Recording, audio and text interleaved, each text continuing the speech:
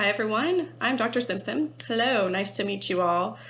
Some of you I have also in the research class, so you might have already seen me before in my welcome video within that course. But for those of you who are not taking research this semester and just taking this one, I am your instructor, your professor for the semester, and I'm looking forward to working with all of you. I love this class, and I hope that you all are excited about what you will be learning this semester. Hopefully you all have taken the time to review the syllabus pretty thoroughly, and I'm trying to get through all the introduction discussions to see who everybody is and get to know all of you a little bit better. Now we're getting into Module 2, which is our first content module for the semester. And like I mentioned in the syllabus and in my little welcome note, you're going to notice that there's not a lot of content within each of these modules. And that's because a very large portion of what we do in this class comes during your immersion week, which will be virtually this semester, but it's not the first time we've held it virtually. So I think at this point we kind of know what we're doing. We've worked out the kinks with a virtual immersion week. So, you know, I wish that I could be seeing you all in person, but WVU did not make certain decisions before we needed to get the information out to you all, because we understand that people do travel and need to be planning for that. So with that being said, a lot of information is going to come to you during that virtual immersion week, because we're going to be together every single day, all day on the virtual platform. And so because of that, because that's basically 5 days of, you know, intensive work in class for 8 hours a day, you know, that leaves a lot of room within the rest of the semester for us to really be delving deeper into specific micro skills that you guys are going to be learning. So with that being said, I think a lot of students come into 501, this is your first theory and techniques class, and think, I'm ready to hit the ground running. I can't wait to be working with clients, you know, let's get to it. And the one thing that I will stress to you over the course of this semester is that whether or not you've worked in a human behavior field, in a counseling type setting before, in a rehabilitation setting, wherever you may have worked, or if you're anything like me, I just worked at bars before I got into my master's program. So, you know, I know everybody comes from different backgrounds. So if you have worked in different spaces where you've had the opportunity to work face to face with people in this type of environment, that's fantastic. And you may have a little bit more sense of ease whenever you're getting into working with clients. However, there are skills that need to be learned, regardless of where you're coming from. So that's the purpose of this class. The purpose of this class is to get you all those foundational skills and that foundation of comfort level so that you can progress into the next theory and techniques class and learn more intently about the theoretical orientations that will inform the intentional work that you do with your clients. So it may seem like every week we're really stressing some of the basics to an extreme, but we have to be doing that. I have to make sure that you all grasp how different it is to work with an individual in a counseling setting versus just talking with a peer or a friend or providing some basic help and guidance to somebody. There's a massive difference between, you know, doing that and actually providing counseling. You know, a lot of times I often think about why I got into counseling, what was my motivation? And really, I think a lot of that had to do with how my peers perceived me and my friends that would come to me and ask for advice and tell me I was a good listener and that I really helped them with their problems. You know, there's a lot of motivation with that. Again, I did work in a bar setting, and so a lot of my clients would just sit there and, you know, talk my ear off at a bar. And so that, you know, made me think, and I've always been interested in kind of medical fields, but I thought, you know, I don't want to practice medicine. I'd like to actually form bonds with actual human beings in my career. And so counseling felt like a natural way to do that. I personally did also want to work with individuals with physical disabilities, and that's what led me to rehabilitation counseling. So I think a lot of, you know, some work that you're going to be doing this semester is also reflecting on where your motivation lies, what you want to be doing with this career, what brought you to this program in the first place. And within that, you have to be open to learning these new skills. You have to be open to learning that You may have been told you're a good listener, but that may not equate to active listening that we will be talking about in this class.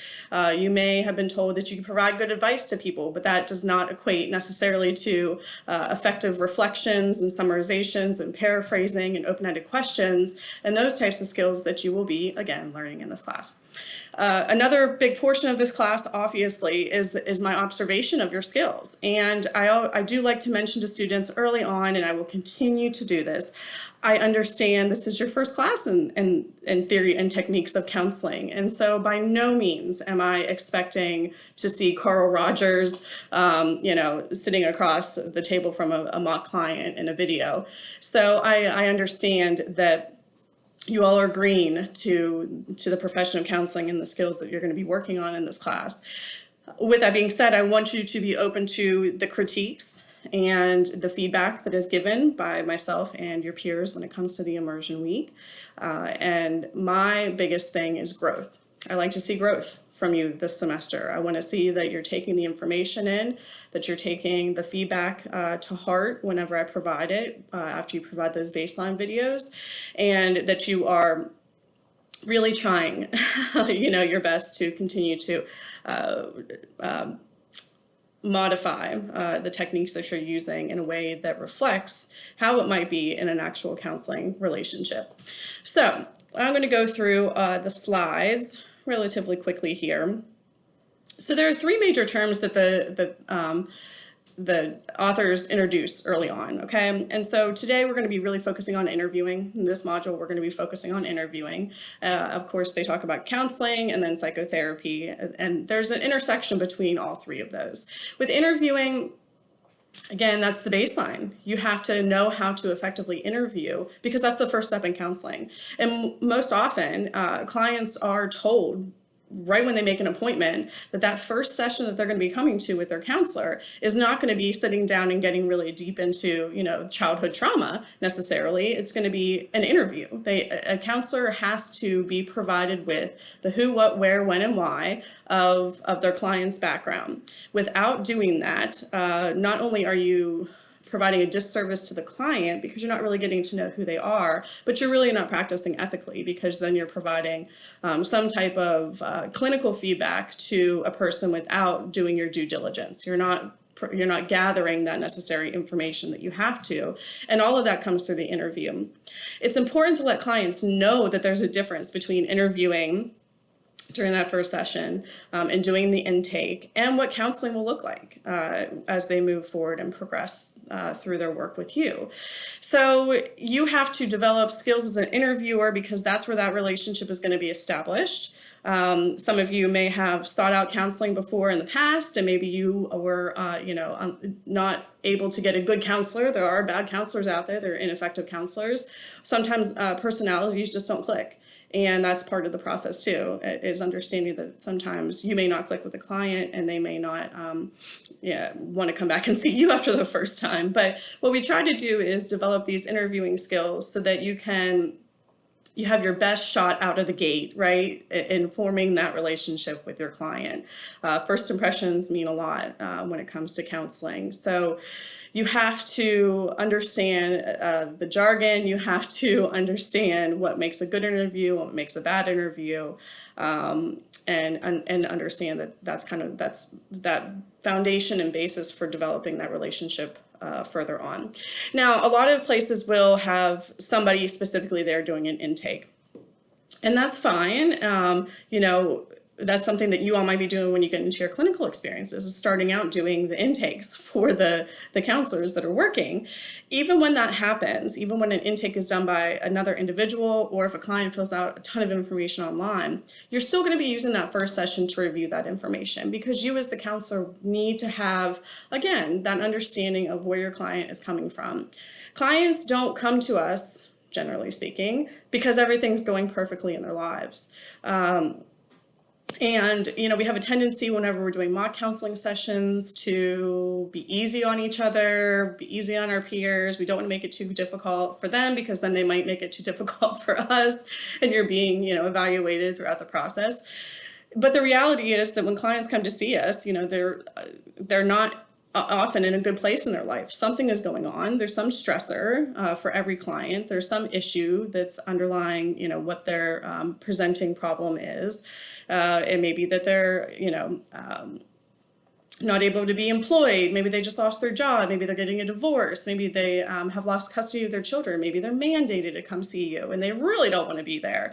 And so we have to be aware of the fact that it's not the walking well that are coming to see us during that time, but we still have to gather that information. We have to understand the behind the scenes information about our clients. I did post in this module, I'm being a little bit long-winded about this, but I did post in this module a sample intake form. Mind you, when you go out and work for an agency, more often than not, they're going to have something standardized that every counselor is going to be using within that agency setting. Even in private practices, if there's a number of different counselors working there, they'll often have the same information to just kind of have everything in one database. A lot of things are electronically anymore. And so just be mindful that the document that I put up is just a sample, just to give you some idea if you've never done an intake or been on the other side of the table and been giving that information before. So we get past interviewing, kind of the next stage would be counseling. And that's a more intensive process. It starts with that interview, right? But then after you gather all that information, then you're really getting into the nitty-gritty of the counseling session.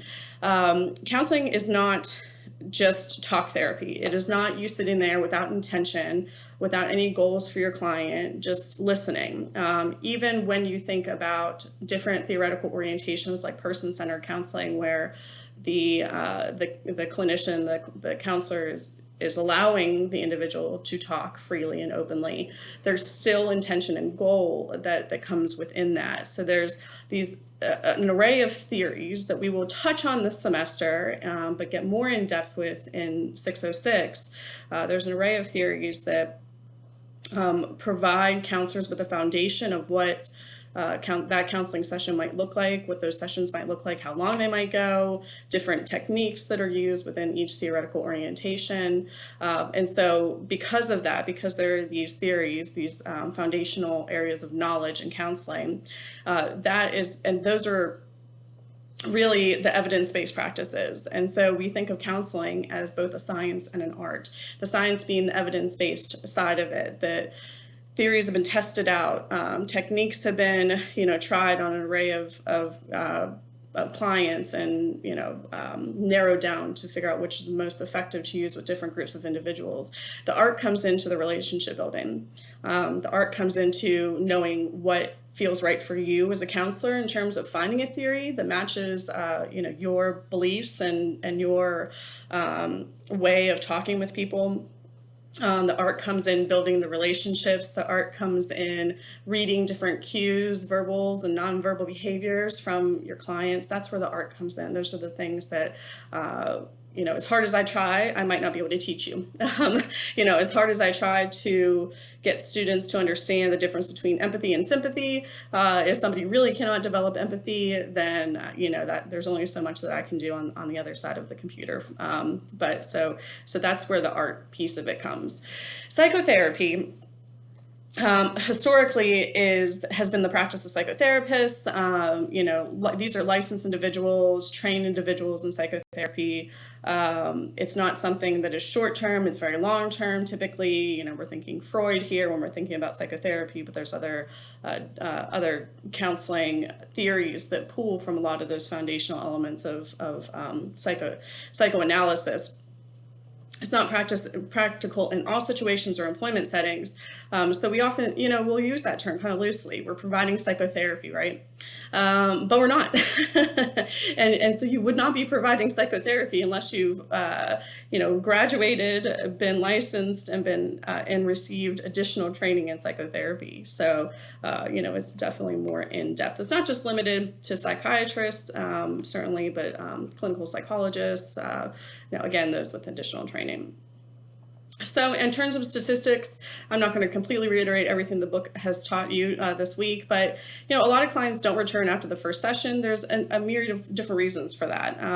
Depending on the theoretical orientation, if you're practicing solution-focused therapy, work begins before the client ever even comes to the counseling session, and so a client might not come back after the first session because you've essentially provided them with the tools that they need to effectively solve whatever the issue is.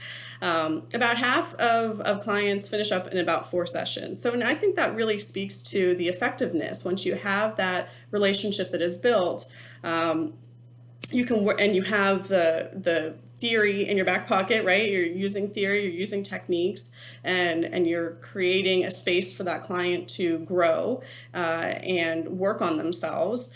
Then, finishing up in 4 sessions is pretty unique, right? And I think, there have been studies on this as well. What's the difference between just going to a friend and going to a counselor? Both are effective, right? Effective for that individual who needs to be talking with somebody. The difference is that we meet with strangers. I mean, absolute strangers. If they're not a stranger, you shouldn't be meeting with them for ethical reasons. But we're meeting with absolute strangers who don't know us, who are expected to in a way and are ready in another way to divulge all kinds of personal information about themselves in a very short amount of time. In a space where we tell them, hey, you can trust us. We maintain confidentiality. We're in a safe space. Things happen, ethical violations happen all the time. So our clients are trusting us to be working with them in a confidential manner.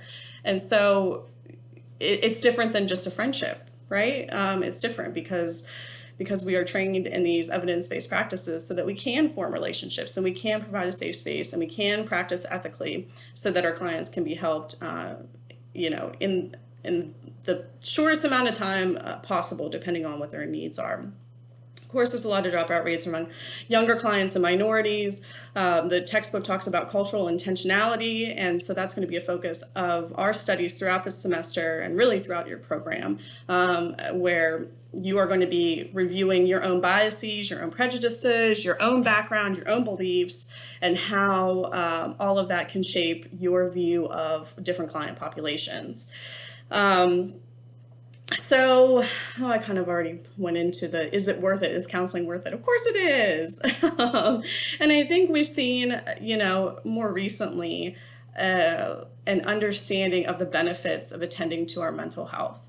I try to tie in recent events, and we just had the Olympics, and we've had, tennis players and gymnasts, and I don't even know who else at this point, but come out and say, I need to take a break from the sport that I'm in for mental health reasons. And I think it's fantastic that people that are, put on a world stage for everybody to see are acknowledging that stress does impact performance, and that we need to be mindful that, even those people that we see on the grand stage are human beings and have to attend to their mental health when they need to. So I think we're also seeing, in light of the pandemic, we're seeing more variety in how counseling sessions are facilitated. We are seeing an uptick, of course, in distance counseling, and using virtual mediums for counseling, which is fantastic. It's not something that is new, but it is something that, because of necessity, essentially, counselors had to retrain themselves on how to work with people from a distance. I'm just kind of jumping around now. I have to mention up for slide 8 for this PowerPoint, the importance of language. This is a rehabilitation counseling program, clinical mental health and rehabilitation counseling. So language is critically important within our program and in life in general. So we are using person first language. I will correct you if I see otherwise. I don't do it out of a place of malice. I do it to provide education that we are using person first language. If you don't know what that is, I provided some information on Department of Labor link for you. We're not using problem-oriented language. We are approaching clients and our discussions of clients focusing on strengths, not weaknesses, not limitations, not inabilities. We're talking about strengths, abilities, goals, what our clients are working to achieve and how we can support them in doing that. Does society support this? No. You can look at any kind of media and see that there's still problem-oriented language. Person-first language is not always used. Terms like wheelchair-bound, you still find that out there in society, and that's not what we are promoting within our field. I mean, you even really saw that with some of these athletes that took the time out to address their mental health needs. Athletes being criticized on social media for doing so, or saying, or random people on the internet saying, suck it up and just go out and do your job. So society, we've come a long way. I don't want to downplay that, but we still have a long way to go. So moving into the skills aspect, you're going to see this lovely little pyramid throughout the text, and I love the little pyramid, the skills pyramid, micro skills pyramid. We are starting out at the bottom, folks, and that's okay. So just make sure to be mindful of the fact that this is a process. You are in the very first stages of a process that it might be a lifelong process for you, depending on how long you go until you retire. But it'll be an educational process from now until the day you retire. Just as we expect that our medical providers, our dentists, our veterinarians continue to brush up on their education and skills so that they are treating us and people and animals that we love appropriately, counselors are expected to do the exact same thing. Theories change, techniques change, they're modified, new information comes out. The neuroscience and neurobiology behind counseling and the way the brain changes and adapts within the field of counseling, that's all brand new within the past 10, 15 years. So this is a pyramid in which we are building from the bottom now, and then you will just continue to reach toward the peak as you continue to practice. On slide 11, this is table 1.2 within the first chapter of the text. And I really like this table because it provides you with a nice little overview of, on the top, the types of counseling that are out there. This is not all of them, again. Not all the theories that are available to you as a counselor, just a small sample of those. And then looking at, what the focus is in terms of, the skills that the counselor needs to develop if they're looking to practice with intention using one of these different types of therapy. So, and finally, where does the interviewing occur? Anywhere. I mean, literally anywhere. I said this, I can't remember how many times I've taught this class, quite honestly, but even pre-COVID, this slide say the same, interviewing occurs anywhere. We often think of counseling sessions happening in that closed door room with a counselor and a client sitting across from each other.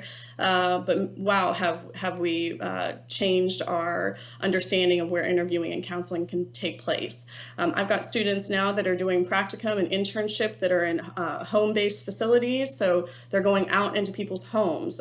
Interviews can be conducted in private spaces within a public arena, as long as you're maintaining confidentiality. It can happen in a virtual medium, not on FaceTime or Skype, but on more secure platforms that can happen virtually. Things to consider.